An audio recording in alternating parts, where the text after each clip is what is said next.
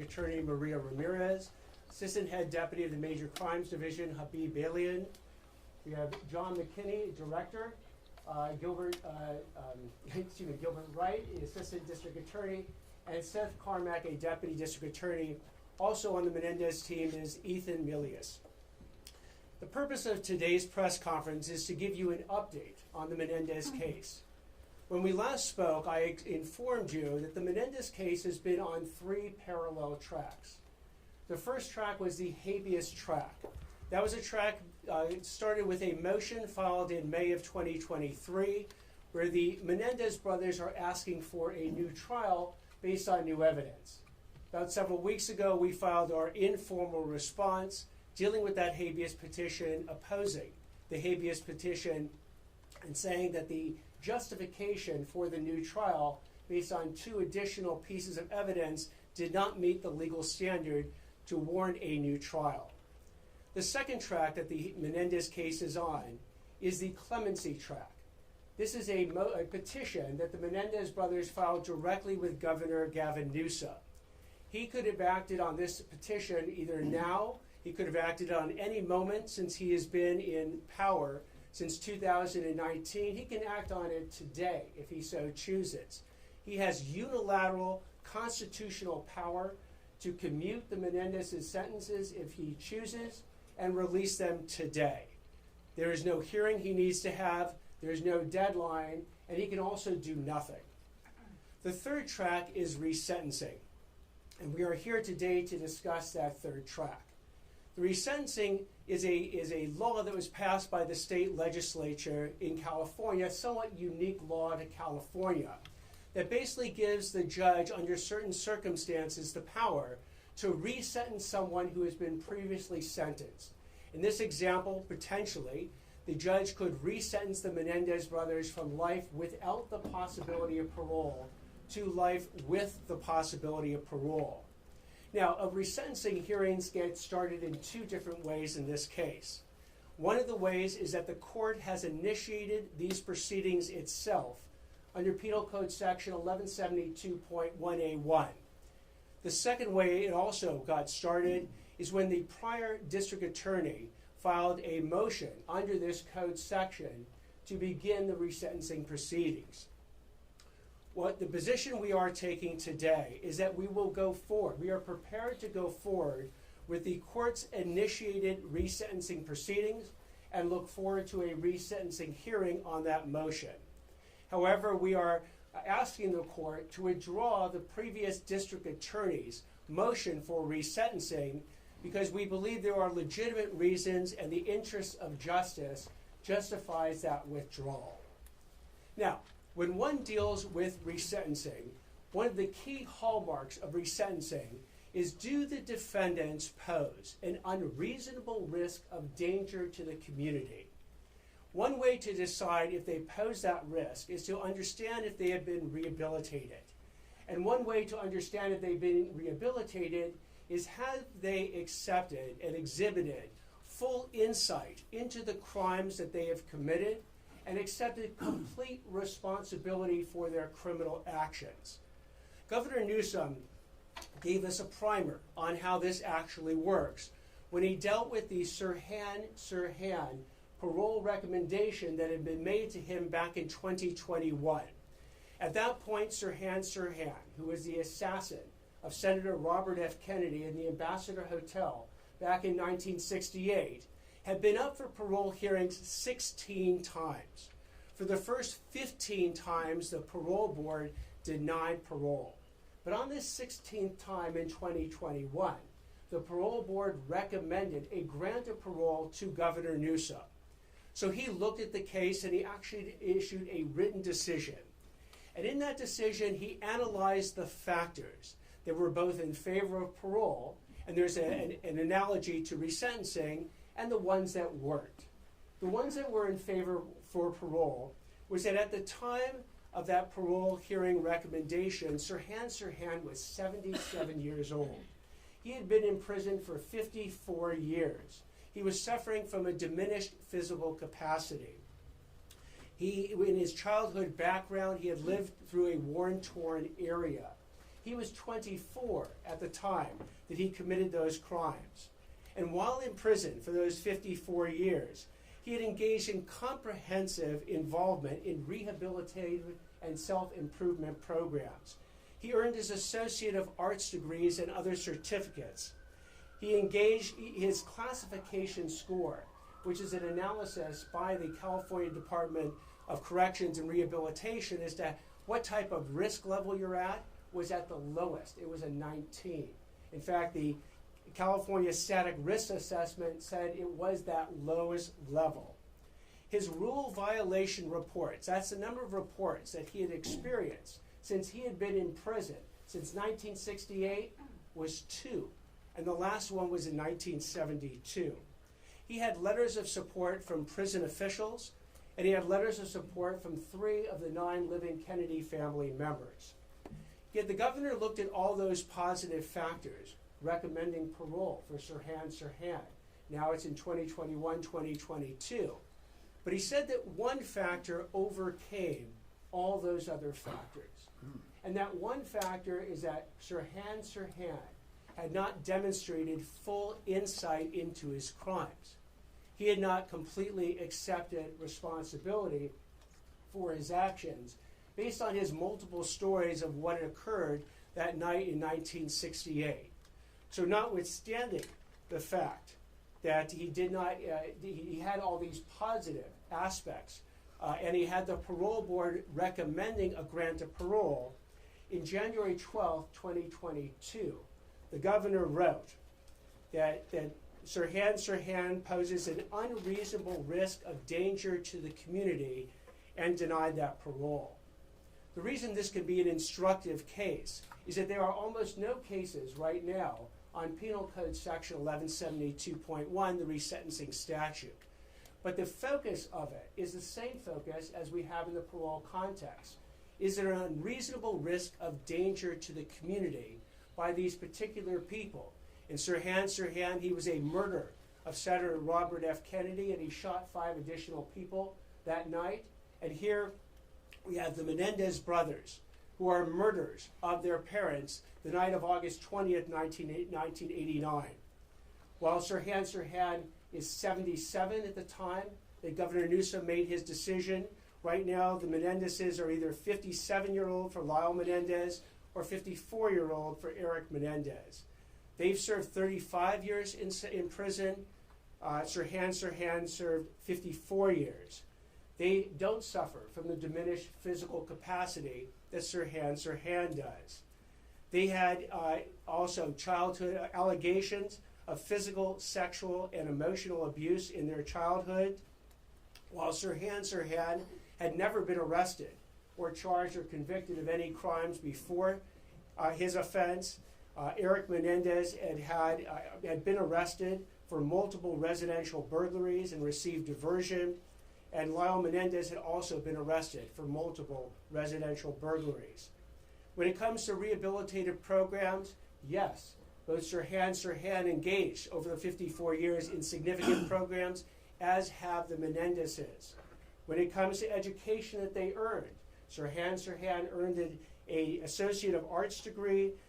Eric Menendez has earned multiple Associate of Art degrees and is currently enrolled in UC Irvine. And Lyle Menendez earned his Bachelor of Arts degree from UC Irvine. As far as classification scores, they're all at the same level, a 19, which is considered the lowest level you can be at in the prison system. With respect to that California Static Risk Assessment, they're all at the lowest level. Rules violations, you had 2 for Sirhan Sirhan, the last one in 1972. You have 9 for Eric Menendez, the last in 2021, and 8 for Lyle Menendez, the last in 2024. They each have letters of support from prison officials, and the Menendezes have multiple letters from all living victim family members aside from one who recently passed. And they received those letters in support of their being released.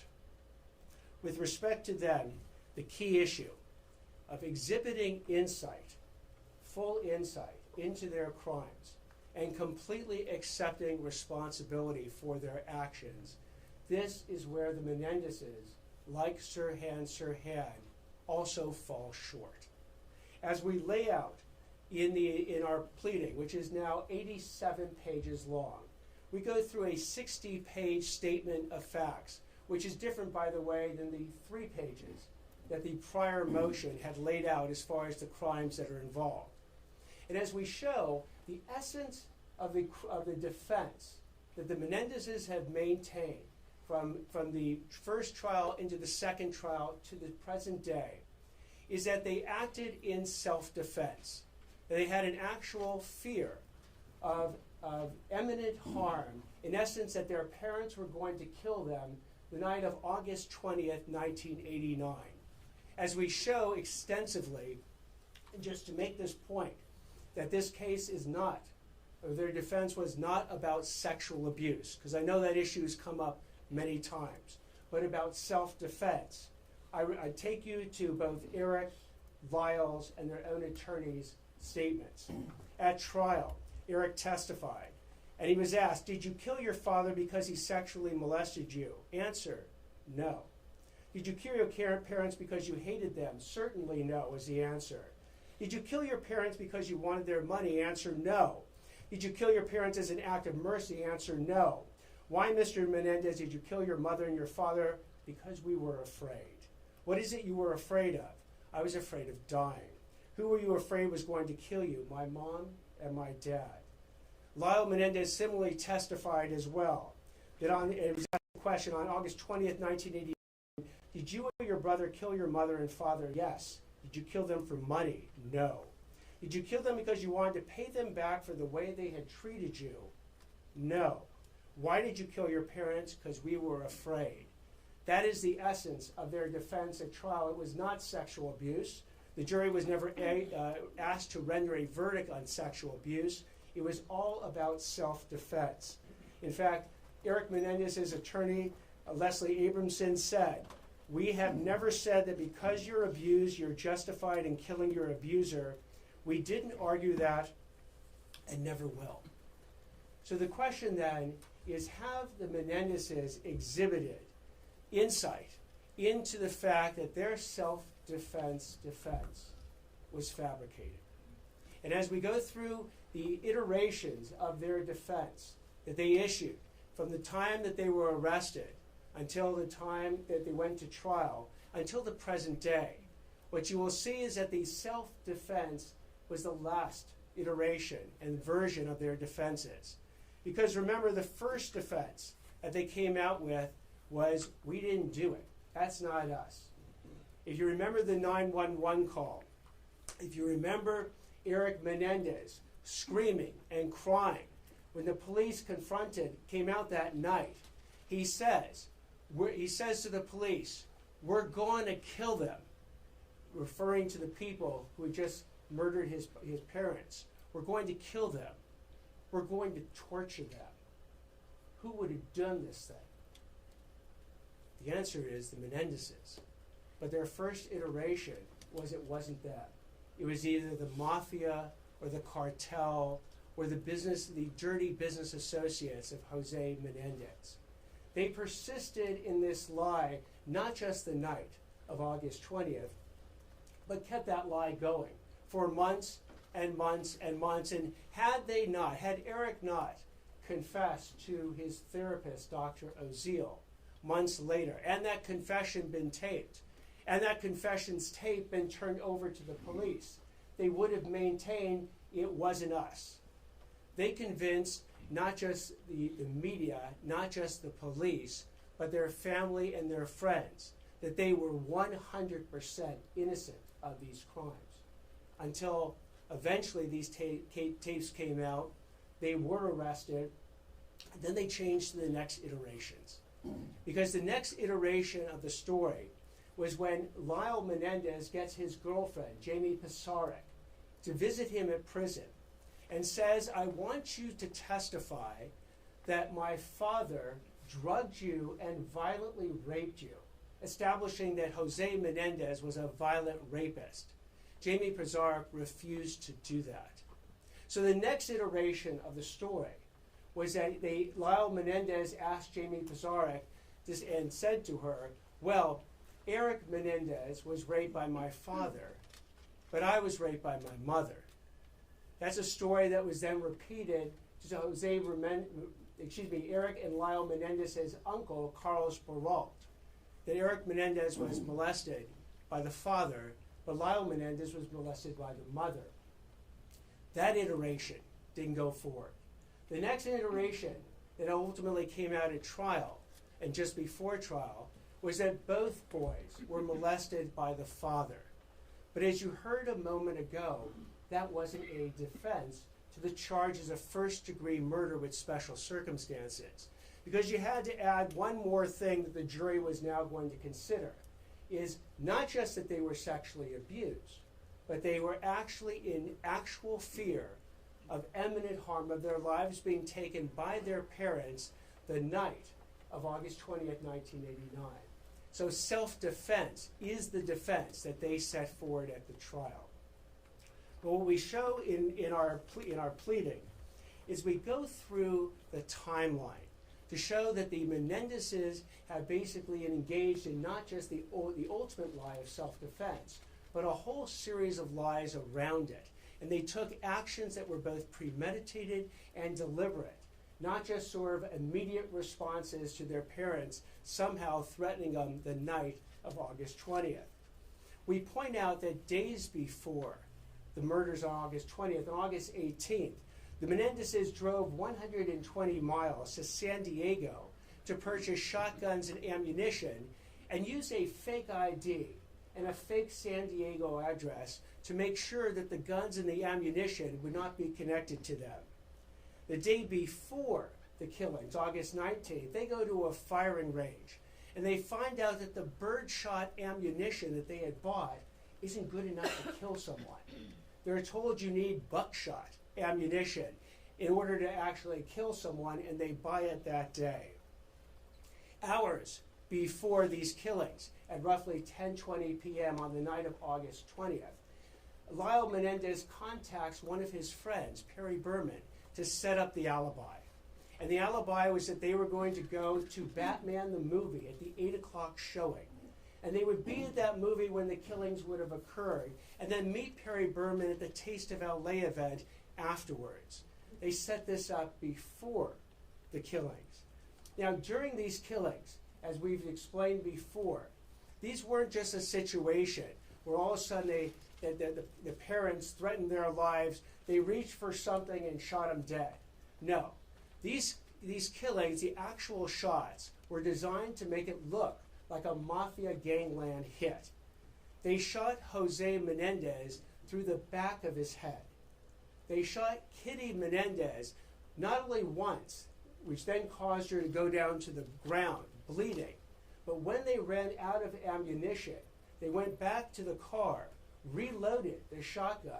Then Lyle Menendez took the shotgun, put it up to Kitty Menendez's face, and pulled the trigger. Again, to make it look like a gangland shooting, but that was not enough. They then, while they were dead, shot them in the kneecaps to make it to complete the picture of what a gangland shooting would be. And at that point, they also had the presence of mind to pick up all the shotgun shells that were lying in the den, because they were worried their fingerprints might be in them. They then called Perry Berman to establish the alibi and went to the movie theater to buy the tickets, only to find out they couldn't buy the 8 o'clock showing because the next showing had already occurred. And Perry Berman had already moved on to a different event, so they couldn't meet up with him. So they took all those shotgun shells, they took the bloody clothing, they go to a gas station dumpster, and they dump it in the dumpster.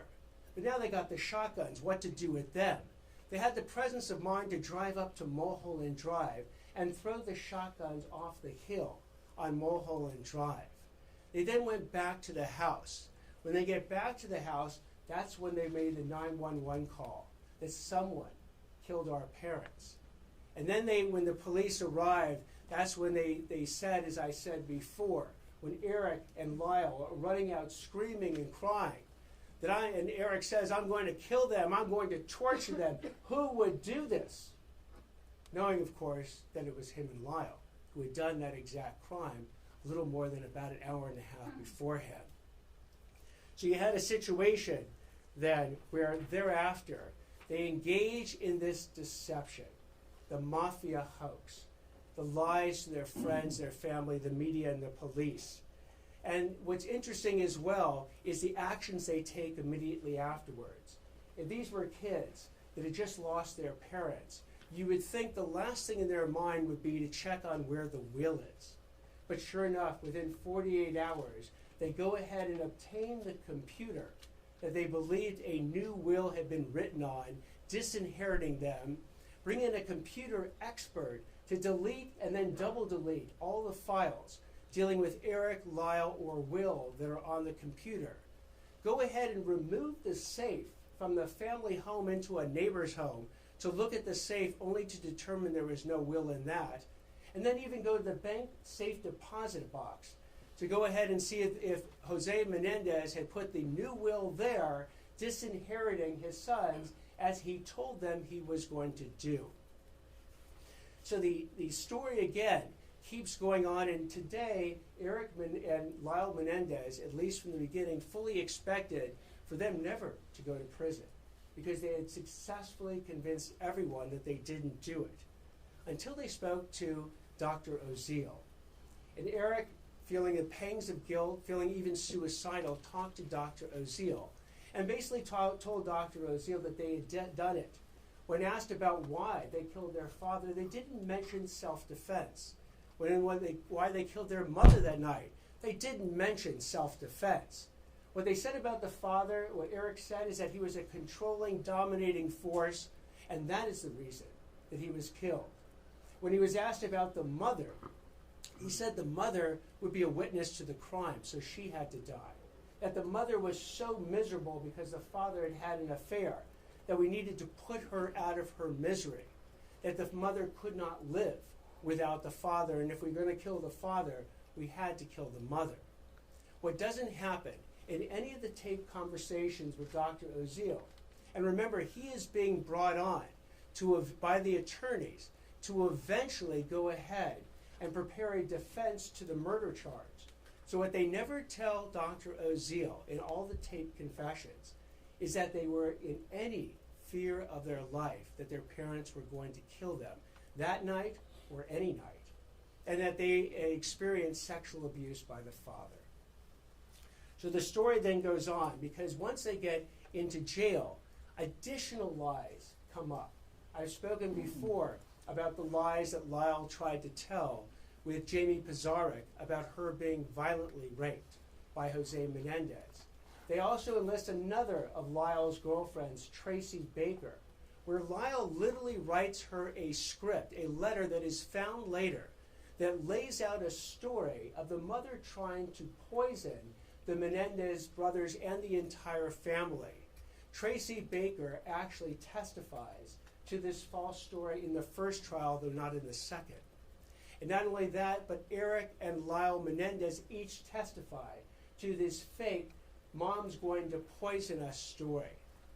What we also find out is that Lyle enlists one of Eric's friends, a guy named Brian Eslamania, to go ahead and corroborate the self-defense story. How is he going to do it?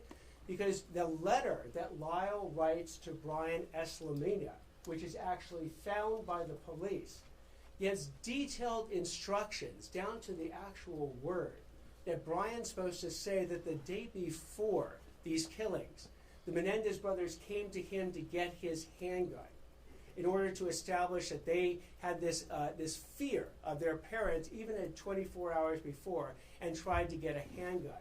That is actually disproven. And when it's disproven, again, Brian Eslamina says, look, I didn't have that conversation with the Menendez brothers, and I didn't even have a handgun to give them even if they said that I did. So you had these situations. The Brian Eslamania attempted suborning of perjury. The Jamie Pizarnik attempted suborning of perjury. And the Tracy Baker actual suborning of perjury that the Menendez brothers engaged in to establish this self-defense. But it failed. And the reason we know it failed is that a jury heard all this evidence. And the jury, the second jury, the first jury hung.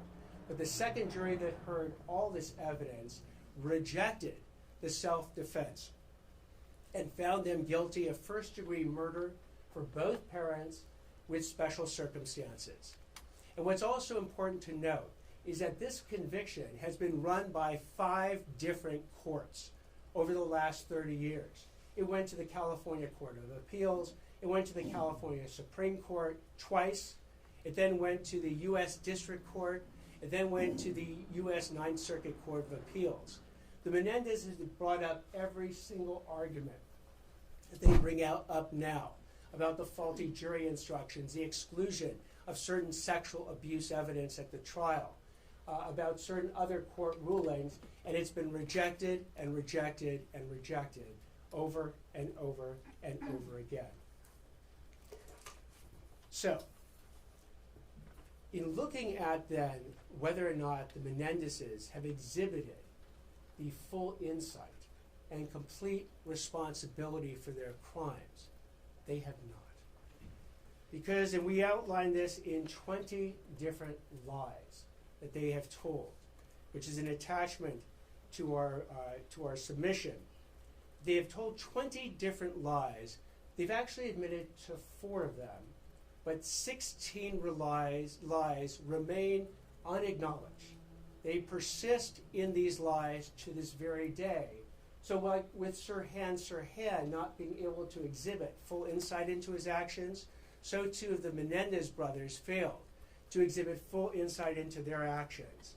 Let me give you 4 examples where they've actually admitted to the lie. Eric and Lyle lied on the 911 call about just discovering their parents' bodies. Again, when they were found out and the tapes came in, they admitted to that lie, and I mean the lie of the 911 call.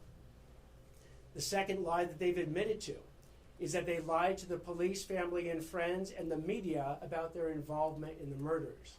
Again, when their confession came out on tape, they had to admit to that in the first and the second trial.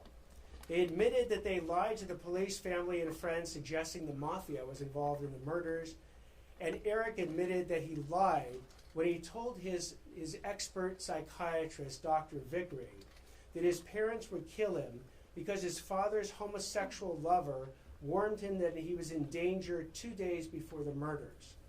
This is something that Eric Menendez told Dr. Vickery, and then months and months later finally recanted and told Dr. Vickery that that was a lie. But there are 16 lies that remain to this day that have been affirmed as recently as last year, where they affirmed the self-defense and they've never admitted to the suborning of perjury of others or the attempted suborning perjury. These lies include when Eric and Lyle claimed that their parents were going to kill them, that they had to act in self-defense by murdering them first. That the Brian S. Lamina letter, that they basically tried to suborn perjury from Brian S. Lamina, telling him to testify that they borrowed one of his handguns the night before the murder. Another lie that they told to support their self-defense story is that on that Friday, when they go down to San Diego, they said they actually didn't start in San Diego. They said they started at the Big 5 sporting goods store in Santa Monica to try and buy handguns. That unfortunately, there was a 14-day waiting period, they said, so they couldn't buy the handguns at that Big 5 sporting goods store in Santa Monica. They both testified to this. Turns out, as the evidence came in at trial, the Big 5 sporting goods store in Santa Monica hadn't sold handguns for 3 years at that point. So it was impossible for them to have actually gone and tried to purchase a handgun instead of a shotgun that particular day.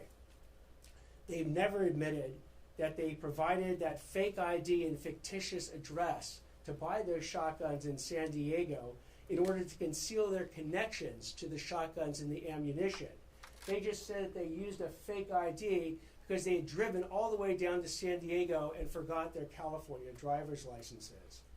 They testified that the day before the murders, they had stayed away from the home all day that Saturday, even though a witness came forward, who was the pool repairman, who said they were playing tennis that day at the house and disrespecting the parents who were in front of them. Again, another lie which they have never acknowledged. They lied when they said they didn't plan that alibi before the murders. They lied when they said they did not ask Perry Berman to come back to their house in order to be a witness on the discovery of the mutilated bodies. They lied when they said that they did not stage the murders to look like a mafia gangland hit. They lied when Lyle said they tried to suborn that perjury from Jamie Pisarcik about his father drugging and violently raping her. They never admitted that they lied when they testified that their mother was so dangerous and unpredictable that she tried to poison the whole family. And they never admitted the suborning of perjury from Tracy Baker when they actually got one of Lyle's girlfriends to testify to the fake mother's poisoning the family story at trial. They further lied when they testified that they thought their parents were going to kill them during their Saturday afternoon fishing trip. They lied when they testified that when they burst into the den with their shotguns, that it was too dark to see and their parents were standing up or moving towards them. Expert testimony showed that at all times the parents were seated on the couch when they were shot, or mom was on the ground bleeding to death when Lyle came back and shot her in the face. They lied when they said that they testified that the reason they rushed in on their parents was because of self-defense, and they thought that their parents were going to shoot them first that evening.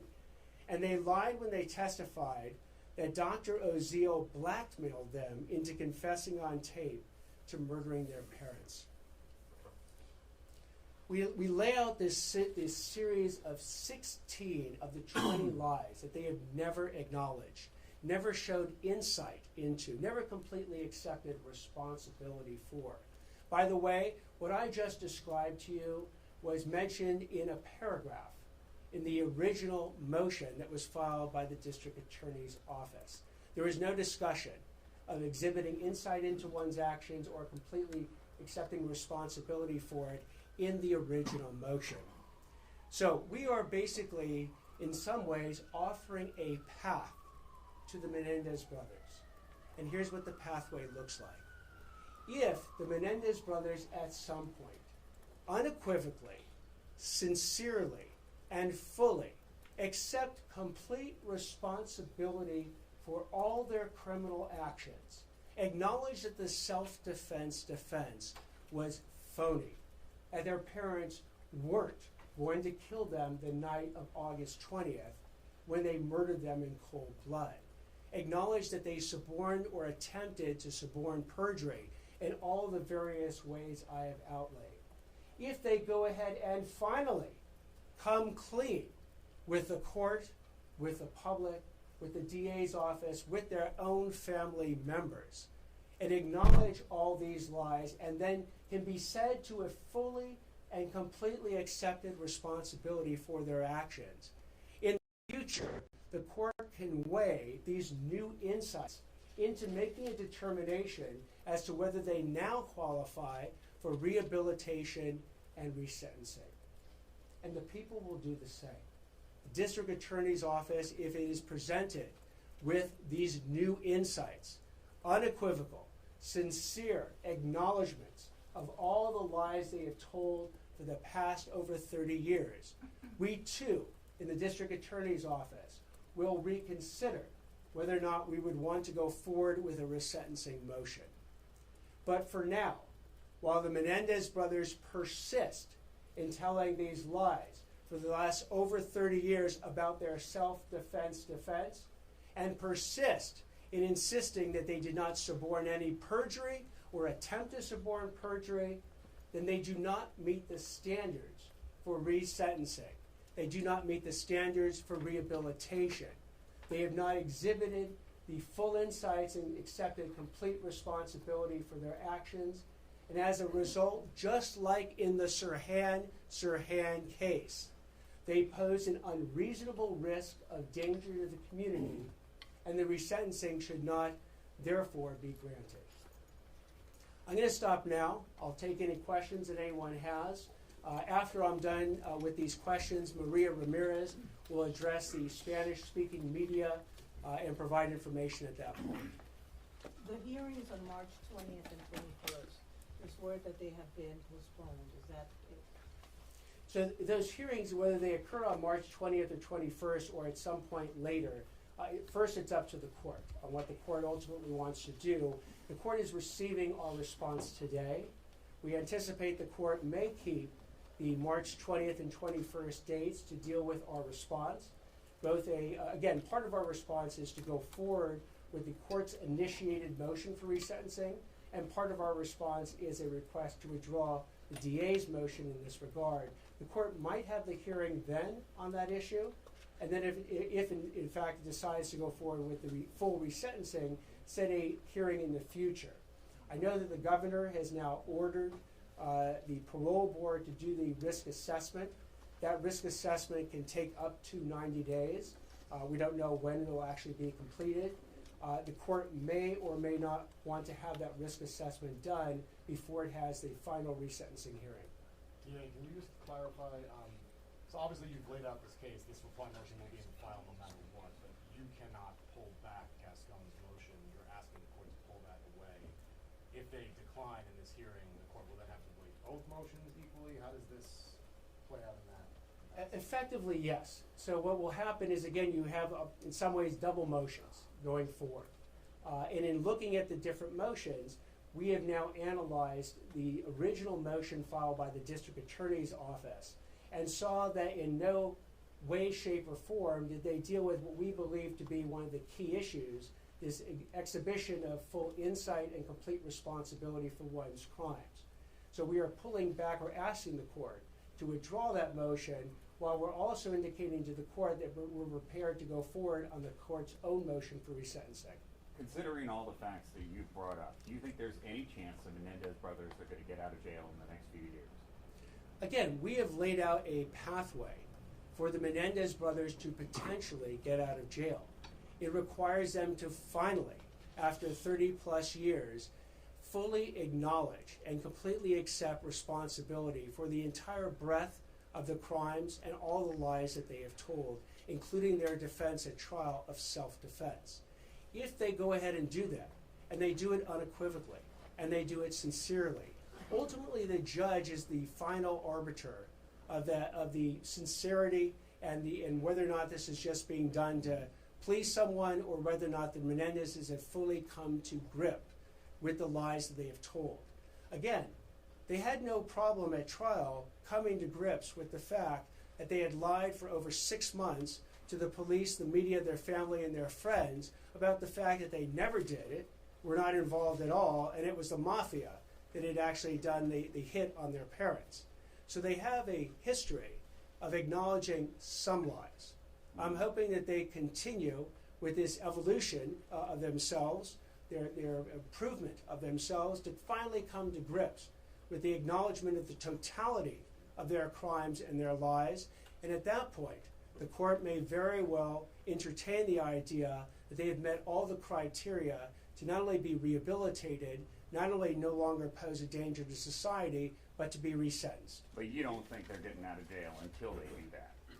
Our position is that they shouldn't get out of jail. Now, ultimately, that is a position. We bring that position to the court.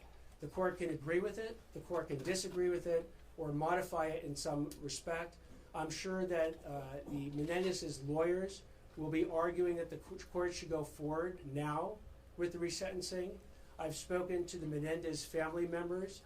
And by the way, I spoke to the Menendez family members who support the Menendez brothers before I spoke to Milton Anderson, who recently passed. I spoke to him after I spoke to the Menendez family members, and they certainly would like him out, or them out, tomorrow. And they'll be encouraging the judge to do the resentencing now. But as we have looked through the facts and the law, and that's what's governing our opinion. It's not emotion, it's the facts and the law. They have failed to meet these requirements to show that they are no longer an unreasonable risk of danger to the community, and that is why our position is that resentencing, if it occurs, they shouldn't actually be resentenced. Sure. A note on the So, family. Have you you've called the outlined family by all any these- chance and notify them of your decision today? We have not actually spoken directly to the family today. We filed this at the earliest possible time we could at 8:30. We're having this press conference at 10. But when I spoke to the family before, it was an over 3-hour meeting with the family members, the over 20 family members that support the Menendezes being released. And we talked about their rehabilitation in prison. We talked about their beliefs of what happened at the time of the crime. We had a very wide-ranging conversation, and I sat there and I listened to it all. But it does not eliminate the fact that in order to show a full and complete acceptance of responsibility and show full insights into one's criminal actions, that as we have laid out in detail, the self-defense defense was a fabrication. They need to admit to that. They need to admit that they suborned or attempted to suborn all the perjury. And at that point, we might be in a position, if they do it sincerely and unequivocally, to be in a position to then go back to the court and recommend resentencing. D. Hoffman, on the note of the family. What if they do that in the next couple of weeks before the resentencing hearing? They acknowledge everything, and would you find that to be sincere? Would that change your Given opinion? that you talked about all the lies they've said, how would anything that they would tell you, how would you deem that to be sincere after you've gone through this whole litany of lies that you claim they've made? I will address in the same way that people ultimately were able to believe the Menendezes when they admitted to the first 7 lies, the first 4 lies. Because remember, at that point, you had a situation where the Menendez brothers said, we didn't do it. The mafia did it. But they took the stand repeatedly at trial and said under oath that no, we lied when we said we didn't do it. We lied when we said the mafia is the one who gunned down our parents. And they were able to, again, express under oath that belief, and they did it over and over and over again. So if the Menendezes go ahead and want to, at any point, whether it's today, whether it's weeks from now, months from now, or years from now, finally and unequivocally express that they and acknowledge the lies that they have told and persisted in for over 30 years, then we will certainly evaluate the quality of that sincerity and decide whether or not it's real or fake, whether or not it's just designed to get out of jail, or whether or not they truly believe and acknowledge the full breadth of the crimes and lies they have told in deciding what to do at that point. And as importantly, the court will have to make that decision, and that decision is the court and the courts alone to make. Yeah, the family filed a Marcy's Law complaint. I'm sure you've seen this with a wildly different characterization of the meeting than you've offered in the past. They are actually claiming you were hostile towards them, that there was they allegedly have bias and asking for removal from the case. I don't know if you have any. You've obviously offered a different characterization of that meeting. Do you dispute that, the description that they made? So it was a 3-hour meeting. And remember, the district attorney is not obligated to meet with any of the family members. Not even obligated to necessarily, certainly not obligated to meet in person. I could have taken written communications from any of the family members and actually did receive some written communications. But I sat there for over 3 hours. I didn't tell any of the Menendez family members what to say or what I wanted them to say. I said, whatever you want to say to me, please say it. And I sat there and listened to everyone who wanted to speak to me until they were done speaking. So if they've characterized that meeting in whatever way they're going to characterize it, so be it. I understand that the Menendez family members want, the ones that are supporting this, want the Menendezes out today. They could go to the governor. They wanted to actually achieve that. Literally go to the Governor Newsom today, and he could commute their sentences and release them today. I, on the other hand, am bound by the facts and the law as it pertains to an analysis of whether or not resentencing is appropriate. And that is what I've done. You know, again, the jury heard this self-defense defense way back when, and the jury rejected it. We're just basically, in many ways, following the jury's verdict from way back then, while the Menendezes have for over 30 years not only rejected the jury's verdict, but persisted in the lie of self-defense and the related lies I've talked about in the back. Why Yes. still go through with this while it's in the governor's hands? Some could say it makes no sense. Why go through the resentencing? That's actually up to the court. The court can decide to continue a hearing and wait for the governor to weigh in. The court can keep the hearing on March 20th and 21st. District attorney is not going to tell the court what to do in this respect. What about yes, over here. what about the issue of the age they were when they committed these crimes and how laws have changed with regard to life without the possibility of parole? A good point. Sirhan was 24 years old, and the law says that youthful offenders are under the age of 26. If you actually look at the governor's decision dealing with Sirhan, he mentioned that he has to give special consideration to the age of a particular person, particularly if they're under 26, that the law requires. And so too, for resentencing, should the court give such consideration to the age of the offender. Sirhan was 24, Lyle Menendez was 21, Eric Menendez was 18 when they committed their murders. So yes, we need to give that consideration to the age of the offender. And I use the example of Sirhan, where that consideration was given, but yet the failure to exhibit full insight into one's actions and completely accept responsibility for the breadth of one's crimes overcame the pro-parole factors that the governor considered. Going back to what the family had claimed in their letter to the U.S. Attorney's Office, beyond how they framed the meeting, they say in an ongoing way you are biased against the Menendez brothers. How do you respond to those claims? I am not. As I've said, not only am I not biased, but I will follow the facts and the law wherever they take us. And in fact, so much so that I've explained in quite long detail exactly where the lack of insight into their criminal actions occurs. I've outlined 16 different lies, 20 lies total, 4 of which they've acknowledged, 16 of which they have not.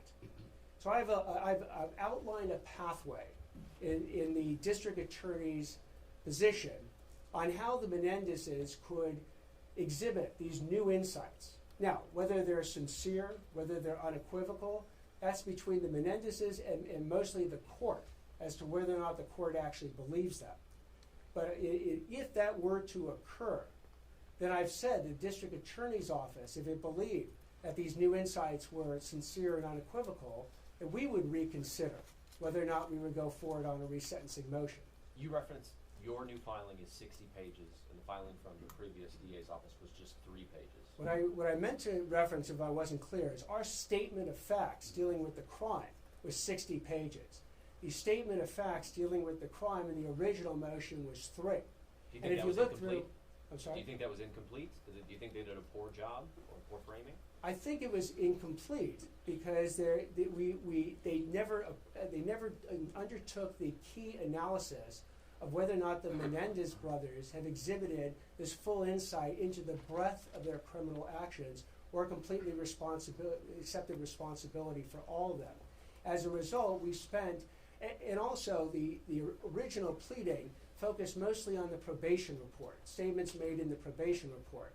We went to the trial. If you actually look at our 60 pages, there are references to trial transcripts. There are references to court appellate opinions that analyze the facts. We didn't rely on a probation report where a probation officer is summarizing testimony, where that testimony is not under penalty of perjury and not subject to cross-examination. We went back to the source materials. Now, what was involved in that? It was a review of most of 50,000 pages of trial transcripts from 2 months long trial, thousands of pages of prison records, hundreds of hours of videotaped testimony. We also spoke to prior prosecutors, defense counsel, the Menendez family members, as I mentioned, and law enforcement. So we did as best over the last several months a full debrief and download on the Menendez case to arrive at the position that we've arrived at today. I'll take one more question right here. Who would they have to tell that they accept or take responsibility for those lies or actions? Who would they have to express it to? They can do it in any form. Ultimately, it has to be to the court, because the court will be the arbiter and the judge of whether or not the Menendez brothers have finally exhibited full insight into their crimes and completely accepted responsibility for them.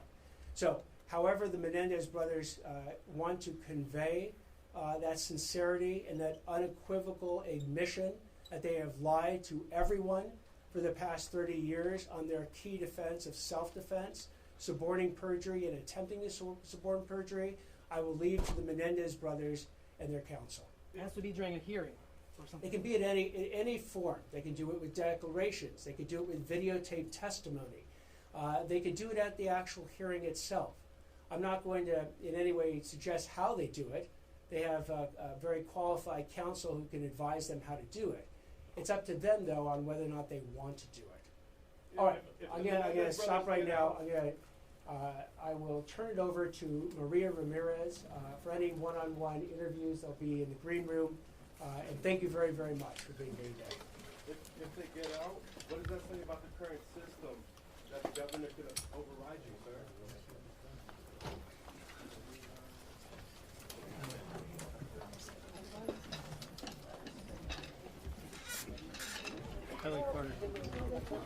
I tried to, but he never stopped talking. Never stopped. Oh, see. All right. Thank you, brother. Sure. Are you doing a